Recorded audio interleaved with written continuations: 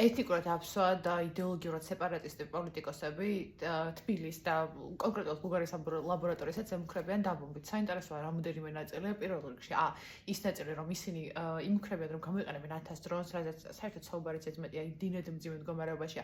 მათი არ მხოლოდ ეკონომიკური მდგომარეობა, არამედ როგორც გამოდის ინფორმაცია ორსული ქალბატონები, რაც ძალიან სამწუხაროა და მართლა გულწრფელად განვიცდი, იღუპებიან იმის გამო, რომ რეალურად საკმარის რაოდენობით საჭმელს ვერ იღებენ იმ რაოდენობით, რომ ფიზიკურად გადარჩნენ და მუცელი ეშლებათ და მათ სიცოცხლეს საფრთხე ემუქრება. ეს პირველი. მეორე ნაწილი, რაც არის საინტერესო, ის არის, რომ ისინი მოითხოვენ ქართული მხარისგან, რომ მოაწერონ ხელი, თან ქართული მხარისგან მოითხოვენ ხელი მოაწერონ ძალის გამოუყენებლობას. რა შეჭებს ძალის გამოუყენებლობა?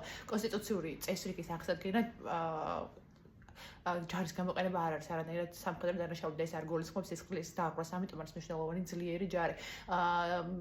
და არ ნიშნავს კიდევ ერთხელ ვამბობ, რომ სისხლი უნდა დაიყაროს. არა, სისხლი არავითარ შემთხვევაში არ უნდა დაიყაროს. მე მხოლოდ იმას ვამბობ, რომ კონსტიტუციური წესრიგის აღსადგენად მე არ ვამბობ, რომ ქართულმა მხარემ მაინც სისხლი უნდა დაიყაროს არავითარ შემთხვევაში, მაგრამ ჯარის შეყვანა და კონსტიტუციური წესრიგის აღდგენა და წინააღმდეგობების გადალახვა არ არის საერთაშორისო ნორმების დაარღვევა. და მესამე ნაწილი, რაც არის მესამე ფაქტორი, ეს ყველაფერი თითქოს ფაქტობრივად მოყვა სასკოლო კონკურსს, ხო, რომ როცა დაუბრუნდები აფხაზეთში, ასეთი რაღაცები ყოველ წელს კი არა, ყოველ კვირას ხდება.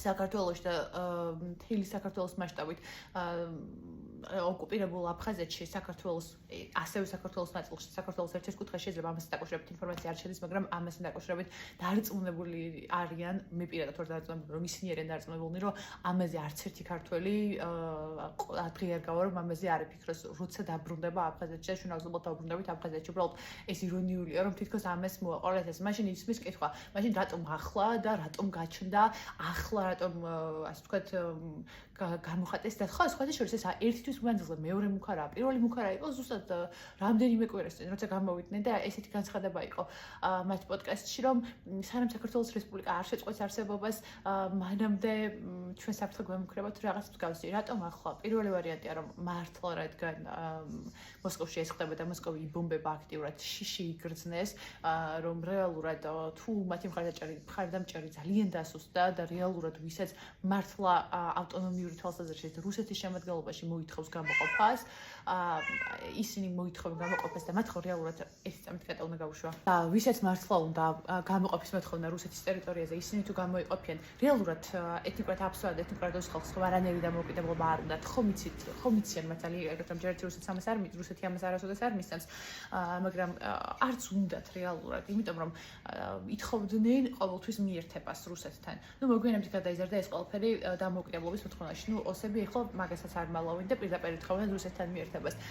და მეორე, ნუ შესაძლოა რაღაცები ხდება კარს მიღმა, რაც საჯაროდ არ არის ჩვენთვის ცნობილი და მათ საფრთხე იგრძნეს. არ ვიცი, ამასთან დაკავშირებით კომენტარს ვერ გავაკეთებ, მაგრამ ხო რა, ძალიან საინტერესო მოდელი იკრიბება და ძალიან საინტერესო მოდელი იქნება, რომ ანუ სასაცილოდაც არ მყოფნის რეალურად ეს ყველაფერი, მაგრამ ამიტომ არის ძლიერი ჯარი საჭირო და ამიტომ არის მნიშვნელოვანი ჯარის რეფორმები, იმიტომ რომ აი რეალურად თუნდაც ახლა დრონები, სად აქვს დრონები, მაგრამ თქვათ რომ თბილისისკენ რომ გამოუშვერდეს დრონები, ანუ რეალურად ძალიან კარგი დრო იქნებოდა სიძლიერის